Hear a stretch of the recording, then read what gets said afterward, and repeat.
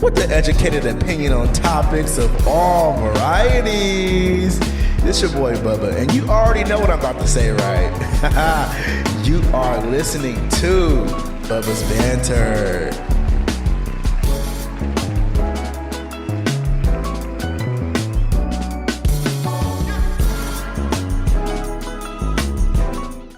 Yo, what's good, y'all? It's your motherfucking boy. I ain't gotta say no names, right? But I am, anyways. It's your boy Bubba, and you are watching and also listening to Bubba's Banter. I hope you guys are living well, feeling well. I am doing okay. I was under the weather this week. My voice is still a little draggy, so bear with me as I talk tonight, because goddamn. But I want to say thank you to everybody that had watched my last episode with my homie Tyler Townsend from Psychon and Strength podcast. It was a really good podcast. I got a lot of people wondering about strong men and all this stuff. But yeah, I really love that episode with Tyler. He might come back on my show eventually. He's a really cool dude. We banter a lot in the DMs about a lot of stuff. So might have him back on sooner or later. So yeah. Before I start the show tonight, make sure you go ahead and hit that subscribe button, like, share, and follow me on all my social medias. Follow me on my social medias, which is The Real Doc Dre, Bubba's Banter Podcast, and Facebook, which is Bubba's Banter. And if you just like listen to me on the audio, make sure y'all subscribe to all of my streaming platforms, please. But if you're using Spotify, make sure you're subscribed to Spotify for creators. All right, I almost fucked that up again because I always fuck up this name. I don't know why. I hate it. I hate that when people change stuff so abruptly. Like, because y'all know Spotify for podcasters, that's what it used to be called. So I was so used to calling it that for a while, and then just out of nowhere, they just wanted to change the name, which I understand why they wanted to. But yeah, go ahead and follow me on there. Make sure you do that. And I say this every show. Go get those bearskin underwear. They were designed with the big boy in mind. If you use my promo code Bubba, you will get 15% off in the checkout. All right. So please make sure you do that.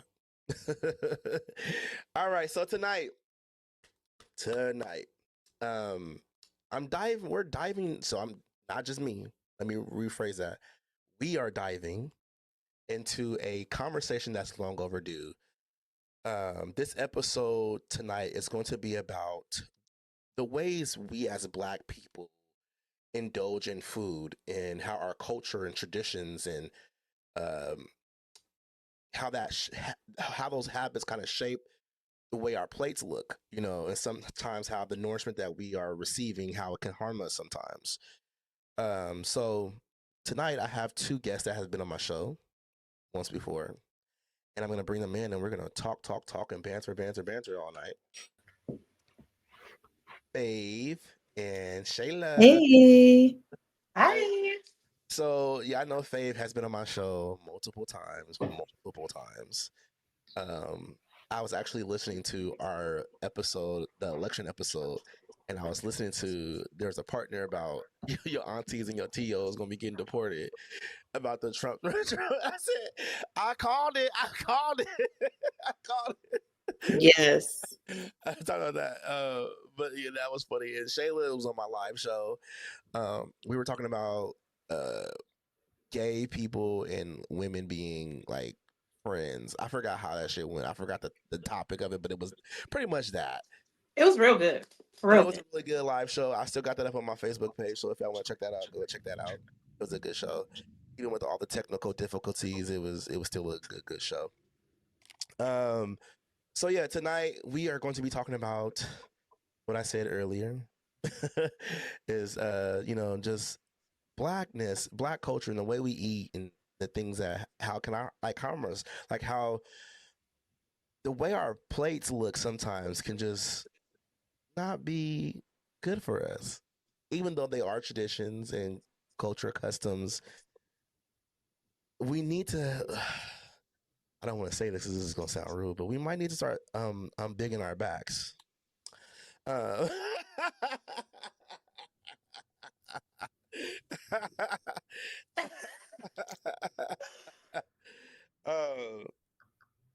So how do you guys feel about this topic? Like, where do you guys want to start with it? Like, I'll let y'all have the floor. I think we should talk about the origin of food for us, like where the culture and the love for food came from in the Black community. Yeah. I feel like a lot of it derived from slavery, for sure. Oh, definitely.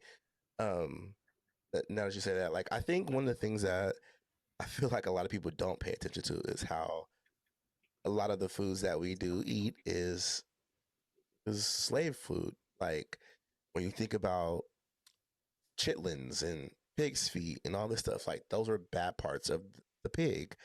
And so white slave owners, when they harvest animals, they always cut off the bad parts. They took all the good parts and left all the bad parts for the slaves. And us being who we are, what do you think they did? Gave us the sloppy seconds. Yeah. We as black people, we act out of survival all the time, right? So Yeah. this is where a lot of our foods came from. A lot of our foods came from this way of making concoctions for us to be able to eat right and to have some type of nourishment to give us some type of energy. And it sucks so bad because I think sometimes we really don't pay attention to how it really is harmful to us at some level. You know, like there's nothing wrong with like having our cultural customs, but at the same time, it's like, can we actually can we actually think about like can we actually sit back and think like maybe this is bad for us? Like if you look at like a lot of health statistics about black people having number one in like heart disease and diabetes and all these illnesses that we're having and diseases that our bodies are prone to. It's like it has to come from somewhere. It's coming from something, you know. Right. And it's a lot of it is coming from our unhealthy attachment to the food. It's like we like to eat food when we're sad. We eat food when we're mad. We eat food socially. We eat food with our families. It's our attachment to eating the food during all the feels, right? Anytime we're meeting up with our family, we want to have that food on the plate. Anytime we're having a friendship dates, we want to go get food. It's Yeah, the not having a balance of like, okay, are you eating healthy foods? Is this a sometimes thing? We make this like in a lifestyle and it's yeah, not good to our bodies. yeah. It's just I don't know. Like I just feel like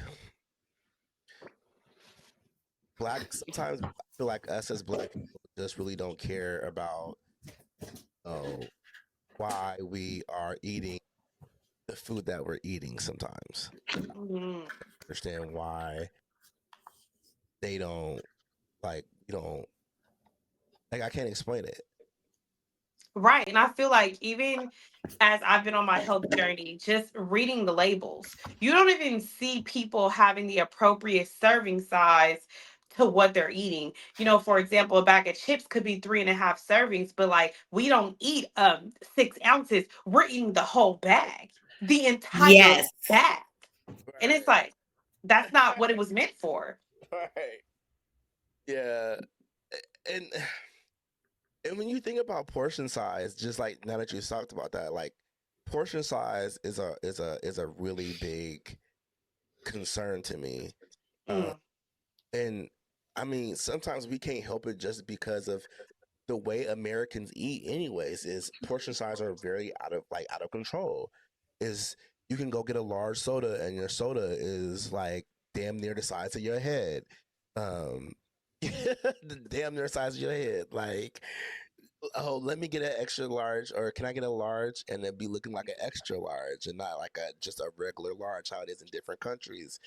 And so I think sometimes it's hard to do that. So you get so used to portion sizes, and so when you do cook your own foods and you do go out, like I see it all the time when I go to like banquets or like black banquets or family events sometimes, and it's like people be having this like just plate just full of just food, like and I get it, like especially on traditional holidays like Thanksgiving, where Thanksgiving has always been looked at as a feast. It's something that we go to and celebrate food. You're supposed to like food is like the centerpiece of Thanksgiving. It's like, okay, we're supposed to hang out and eat and feel good and make our bellies full and go home or whatever. But some people really be sitting there having like 4 or 5 plates and then taking 2 plates home plus a whole tub of dessert, and like it's just why. Right, because it is the centerpiece of our gatherings. For example, you will be at a funeral, right? The person who is we getting ready to put in the grave had a heart attack, a double heart attack. They ate big, they had a big bag, and at the repast, you are eating the very same foods that killed your uncle. Right. Fried chicken, macaroni and cheese. And it's like we don't have these discussions. We just use it like, oh well, it's my comfort food. This makes me comfortable. It makes me feel good. Yeah. Yeah. I really don't. I mean, I get it. I guess trauma. We all operate out of trauma. So I guess even for me, like I have acknowledged that I'm an emotional eater. Like when I'm having a bad day, you know, it's easier for me to say, "Fuck it, I'll go get the Burger King," or "Fuck it, I'll go get the Carl Jr." than sitting down and cooking a meal. Like, and then also just on top of being an emotional eater, I also suck at time management. And so sometimes I'll spread myself too thin to the point where shit, I done forgot I didn't eat. Or um, you know, I'm going home and I'm like, shit, I need to go to the gym, but I didn't eat my last meal. Fuck it, I'll stop at the store and grab a taquito from 7-Eleven. I'll go grab an energy drink. Like, what? Like, why? Like, that does not make sense. Like, Convenience is it's, convenient. it's the convenience of it all. So I think that's one of the things too, is like where, we have to get into a point where we have to learn how to control ourselves when it comes to eating, you know, um, because I think that's one of the things that we don't do. You know, we don't know how to control our eating, and we also just don't know how to eat. We don't know what eating looks like. And I know Yeah. because I remember training with my trainer back when I started training with him back in 2020, I think. um I realized I didn't know how to eat and didn't know where the energy came from and what type of foods did this for me.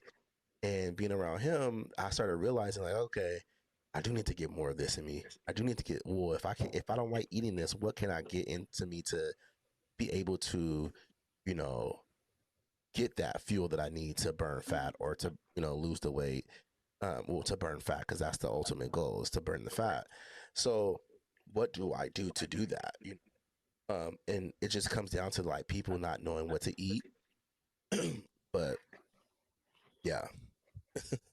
Yeah, because we never been taught. All we've been taught is, like you said, linking it back to the slavery days. The greens, the seasonings. Ugh. Lord have mercy. The seasoning, they like there was a saying I heard, it ain't season if you ain't sneezing. And it's like, why do we have to be so extreme? Right. I Because agree. that's a lot of salt. Yes. I just don't get it. Like I even think Yeah. about like, back to the leftovers. Like, why do you want to eat leftovers for this many days? You can only eat these foods for so many days. There's expiration dates on foods. Like, I don't get it. It's like when people leave out pizza overnight and I'm like, throw that shit away. Like, you didn't Yeah. eat it within Didn't that even 5 warm it minutes. up. You didn't even warm it up. Throw it away. Cold pizza, eating it like it's breakfast for breakfast. Just eating cold pizza. And I, for one, lesson learned. I know it triggers sometimes my scarcity trauma from my past. Just, not always having a lot. Like I never literally went without having nothing, but there were times where it was short, like slim pickings for dinner, not much to actually make a whole meal. Sometimes you had to kind of snack for dinner until payday. So we learned to just make food stretch until this past October, where I learned full handedly what that can do to the body. Like I had a lot of like just digestion, symptoms. And I was hearing about people who are having something called small bowel bacterial overgrowth and intestinal methane gas overgrowth in your stomach. And what I learned was due to like food poisoning or eating old food, it'll cause bacteria to grow so heavily in your large intestine, it'll actually crawl up your large bowel into your small, which is supposed to be a sterile place. And that's the place where after your food leaves your stomach, it's supposed to break down, absorb the good stuff, and then it pushes everything that the body doesn't need into the large bowel. So like if you ate an orange, ooh, vitamin C, we're going to need that for the body. It takes that out and pushes it through. But if it's filled with bacteria, the body can't do its job. So I kept wondering why I was eating healthy food and trying to change my lifestyle around, but I kept feeling tired, sick, bloated. None of my clothes fit. And then I went to the doctor and got tested for SIBO and EMO.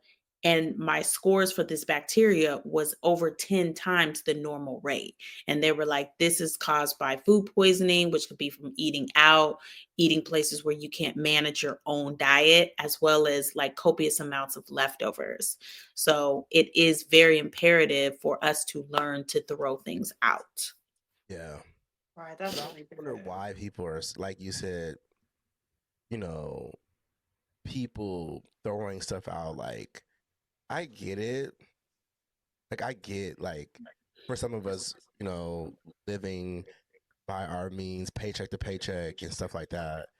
Like, there are several different ways to try to get food. And I just don't, I mean, I don't know. I'm not in that mind frame anymore. And a lot of that shit happened when I was a kid where I was living, like we didn't have food in the house. That was when I was a kid. But now as an adult, like I'm very strategic about, how I'm eating. Like, but even even that sometimes I can say again, it's where sometimes it's not good. Sometimes I do eat out of survival because again, it is easier to go get fucking a burger that's already cooked Yep. than going home and cooking a burger because you start to feel like, damn, I'm wasting time doing this when I can get this in 10 minutes, or not in 10 minutes, but I can get this in 30 seconds. Mm-hmm. Like, and I think it just all comes down to us as people making choices too and having the accountability to just do it. You know, I had a different thought in my mind when I was saying that, but then I thought to myself, like, no, have some accountability. Because it really does come down to like you having the making the choices to, you know, choose your health, you know.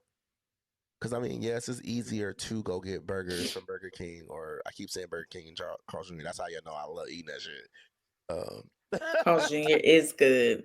Fire, fire.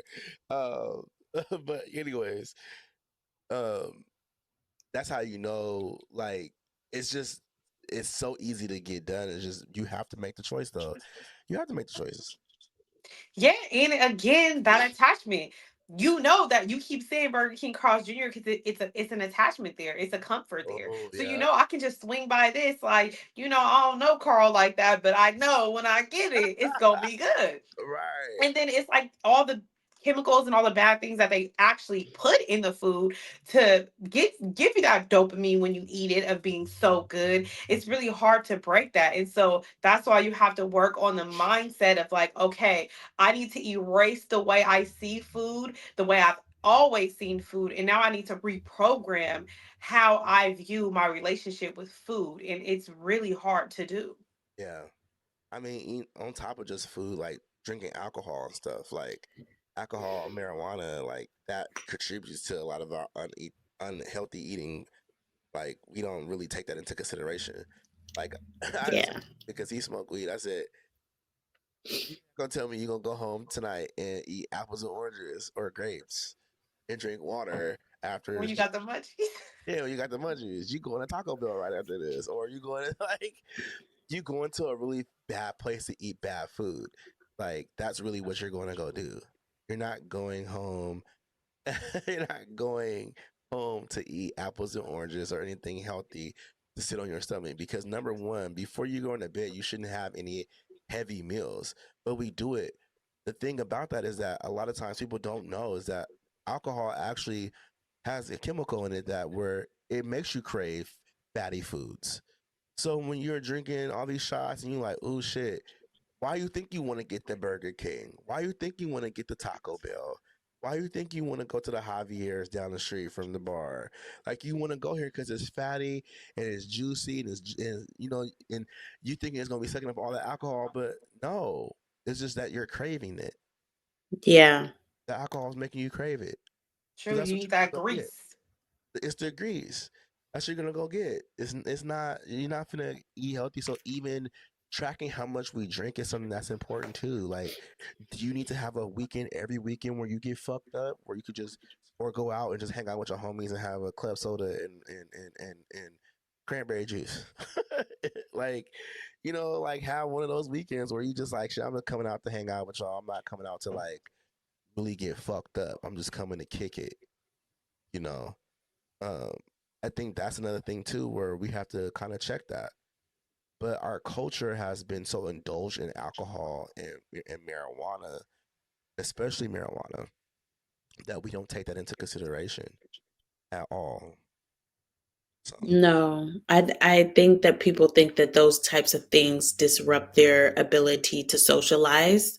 I don't think people imagine their world of socialization without food, liquor, and weed. They're like, so what are we supposed to do if we're not smoking, we're not drinking, we're not eating? I think a lot of times our people don't have a really good relationship with hobbies, yeah, and being somebody that came up in the struggle culture, the grind, also impacts our ability to make, good food choices. Like you were saying, Andre, like sometimes you're not able to get in that last meal, but you got to hit the gym. So you're trying to look for something quick and easy. So when you kind of compile all those issues to one, well, of course, we're looking at metabolic syndromes like diabetes, high blood pressure, strokes, all that and more. I definitely feel like um, we need to kind of fall back in line with what sobriety looks like coming and showing up as our best selves, and even learning what it looks like to fuel your body, like eating for fuel, eating for energy, not eating for taste. Not eating because it soothes you and makes you feel good if you're depressed or sad or mad. right. Oh, that's a oh. That's real good. You sound like my mentor said that shit to me. He's like, you're not eating for fucking taste. Like, you gotta eat out of fuel. If you want to come in here and squat 400 pounds, you gotta have the fuel for it. Like, Mhm. I remember one time I went there and missed I missed a meal, and I was fucking tired, and he was running me ragged, and he was like, "All right, we stopping." And I was like, "Why?" He was like, "You going home?" He was like, "You can't work out like this." Like, and then you just told me you missed a meal. Like, yeah, like you're going home. Like you can't work out. You're not. It's not effective for you to get a good workout in if you didn't eat. Like it just doesn't make sense. And I was like, all right, that makes sense. Like you have to have fuel in your body in order to train the way that I train, I should say. Like, but that's any person that's working out, you have to have a certain amount of fuel in your body to work out. So, True. But do you think that like the culture in the society as a whole is like the biggest contributing factor to like why people eat the way they eat, especially when you notice now, like no shade to the Keith Lee, we love a good food review. But right, now it's like people will fly to a whole different city to go try some food. And it's like now we have put food on such a pedestal that someone has become a millionaire based off of right. trying and tasting food. And it's like, we are sick as a collective, not just Black people, but as a collective, because again, that food has become the centerpiece of everything, even to the down to the social media content that you consume. A lot of it is watching people prepare and cook food. Even Yeah, mukbangs, you're watching people eat a sloppy amount of food. yeah. I be going some of these. I be seeing some of these food carts that people be going to, and they be taking a picture of the plate, and I'll be like, "That look like throw up. Like it don't even look that good. Like it just look like food just all mashed on top of each other. Why Yeah, would you eat like that?" it's just the excessive just desires like buffets. Like, why do buffets exist? Why are people going places where there's tables and tables and tables of food and you just literally walk around like a carousel and you're just putting things on plates? And then when the people come and clean up after everyone's gone, there's copious amounts of food that has never even been touched and you're just throwing it away. Like, it literally makes no sense. It doesn't. I don't know who made buffets, but they thought that was a great Wow. idea. And I think back in the day too with buffets, before they got really popular, it was like they stayed open for a certain amount of hours too. Like the buffet was here until everybody was gone, until all the food was gone. That's what buffets used to be back in the day. Mm. Because they became so popular, it was like, oh, I need to have enough food to stay open for 8 hours. So, Eating 100 times the serving size, eating 7 days worth of food in one meal. yeah, that's why Mm. there's certain breakfast spots here in Portland that still are kind of open, but they only stay open for a certain amount of hours of the day because they only serve breakfast food and they only have a certain amount of food to sell throughout the day. So I'm like, that makes sense, like that makes sense. Um, but a buffet, it just kind of sometimes it kind of sounds gross, especially when I see some of the people that go to buffets and I be seeing what they be doing, and I be like, We ugh, listen, we don't judge, but I'm judging. I'm judging because I'm like, did you wash your hands? Did you wash your motherfucking hands, Mhm. bitch? Because that's the problem. The biggest thing for me too is when I go to those places and I be people watching, I be looking at everybody, looking at their little kids running around in here touching the food and shit, and it's going in a circle and the kid just touching it and he not even grabbing it off. He just touching on it. It's like going to a potluck at work, knowing like you don't see no tongues for the cookies or anything like that, or food. You don't want to touch it. You want to eat it because you like. I don't know who dipped their hand in there and dipped their hand Right? in a chip, or dipped their chip in there and bit off of it, put it back in the chip or in the dip. Like no, no. So that's why I don't really go to buffets anymore because I saw some shit at a buffet one time where I was just like, I will never step foot in here ever again because because it's so nasty. It's so nasty.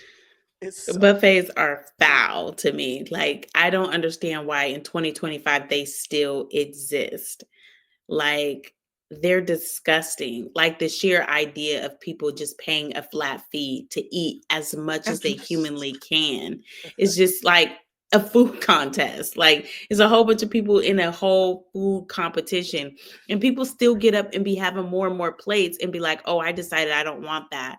And they're going up and getting something else. And now they have, like, in Las Vegas, they have like the gourmet buffets where they're having lobsters and crabs and just very expensive cuts of meats and things. And people are spending 50 and 75 and $100 to get in to eat these, good foods. And I'm not saying that they're not good, but I mean, the sanitary, stuff like Andre was saying, is just, I mean, even in very nice places, there still is a huge risk of some kind of food poisoning, E. coli, salmonella being spread. That component, as well as just the mental capacity and preparation that people are putting on themselves before they go in. I've seen people like, oh, I'm not eating all day because I know today at 1 we go into the buffet. hey, And you've been up till Mm. 7 and you yeah. haven't ate anything.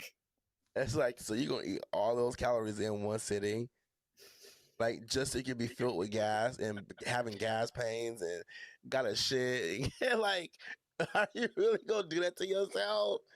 It's crazy. It's really, and then on top of it, you know, you can't leave with the food. You can't take no food from there. Like I remember back in the day when I was younger, we went to a buffet one time for my grandma. My grandma wanted to go eat, and so we went to a buffet. It was a bunch of the family, and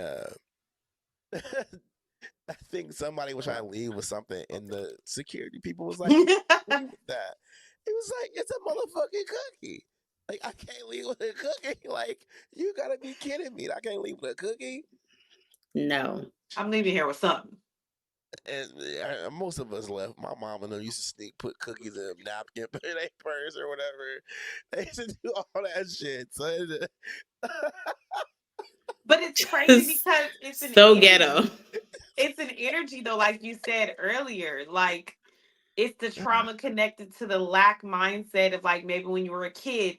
And it's just like just because something is available does not mean we need to have it. So that's just like with the buffet. Just because all the food is available, just because it's all the good cuts and all the good food and all the things does not mean we should A, put it on our plate, or B, have to have it. We don't have to yeah, have what's available to us at all times. yeah. I also question this too. It's like, does the black community, like, are they unaware of a healthy lifestyle? I mean, because there was this one time I watched this video, and it was funny because I had retweeted it, and a friend of mine was like, "You shouldn't retweet that because the person who posted that is a right wing conservative debater or whatever, debating guy or whatever." And I was like, I don't care. The video was fucking funny because this lady was screaming in the video talking about how losing weight was racist. And and, and I was highly upset because I understood where Auntie was coming from. Yes, there was some statistic that she brought up that I agree on, especially about black women being, you know, the diet's not working for them the way it's worked for a white woman, blah, blah, blah. But diets don't work the same for everybody. Like, you could do keto. Everybody can't do keto. Some people can do keto and lose 100 pounds. Some people can do keto and only lose 5. Like, everybody can't do keto. So diets don't work the same way for everybody. Like, that's what Right. she, and I think, so that's why when she was like up there screaming at the top of her lungs and shit, and just being like, it was making me sad. A part of me, I was laughing about it, but it was also making me sad because I know she was truly hurt. Mm, I can tell in in her heart, she really wants to lose weight. She just don't know which way to go about it, and she Yeah. don't understand anything about losing weight. And so her way to get the attention that she needed to get was to say that losing weight is racist, you know. And I think that's what happens is like, in my head, it's like this. If you can Google for a certain type of song or t-shirt or clothes or pants or a movie or a book or anything of that sort, you can Google anything. You can Google how to find resources on how to lose weight. yeah. You can say, how do I lose weight as a black woman? You can do all Yeah. that. You can do all of those. You can use all those keywords to find links and find people, especially in your city, where you can find those resources. And I feel like some people want to be so oblivious to it, but don't want to hold themselves accountable for it. I agree. I think that we like to normalize, oh, back in the day in our community, we didn't have resources to do this and that. And it's just like, we're in 2025. Like, I have to consistently remind people that we have the whole wide world web. We have the internet, we have Google. I have never punched anything in Google and absolutely nothing came up. So Right. even if you did not have your clear answer to whatever you were asking, you still took one step in the right direction. You read something that resonated with what you were saying. And eventually, as you keep scrolling and looking at some of these hyperlinks, you will find your answer. Like we have to stop having excuses as to what, oh, I don't know where to start. Or I've heard people say, oh, They're trying to colonize the food. You know, when my doctor said I have high blood pressure and I have to ease up on the seasonings, they just want to take the flavor and the culture out of our foods. Or I don't have time to, you know, work out. Like I might as well just get on some medication or something like that. And I'm not knocking medication at all, but without the support of a change in lifestyle, you will just get the weight back. You know, everything from a surgery to a shot to a pill, it all has to be supported by a foundation of a healthy lifestyle. So either way, you have to gain the knowledge. Right. There's literally no other way around it. There's no That way. is so true. That is so true. That's so fucking true. Like, it's just one of the things that I don't. That is the accountability piece. Like, be Mhm. accountable for your fuck ups. And I think that's where we kind of like. I see this a lot, especially in like our older generation of blacks too, like our moms and pops, uncles, aunts, all those people are older folks. It's like I feel like the thing started with kind of with them when it comes to like, you know, having that accountability. But the thing was they was always in survival mode. You know, my mom worked 2 fucking jobs and did a little um, you know, paper route gig on the side on the weekend sometimes. Um, so I feel like a lot of black people work out of survival, but it's like in my head, I'm like, if you got kids and people to take care of, how are those people going to get taken care of if you don't take care of yourself? Mm. Like, if you're not taking care of yourself mentally, physically, how is the people that you trying to take care of going to be able to be there? How are you going to be there to take care of them if you can't be there if you're not taking care of yourself? That is Right. so true. And it doesn't have to be all at once. Because, you know, we live in this microwavable fast food society where you want it right now. You want to drop the weight. You want to do this. You want to do this. Just the simple changes, they matter.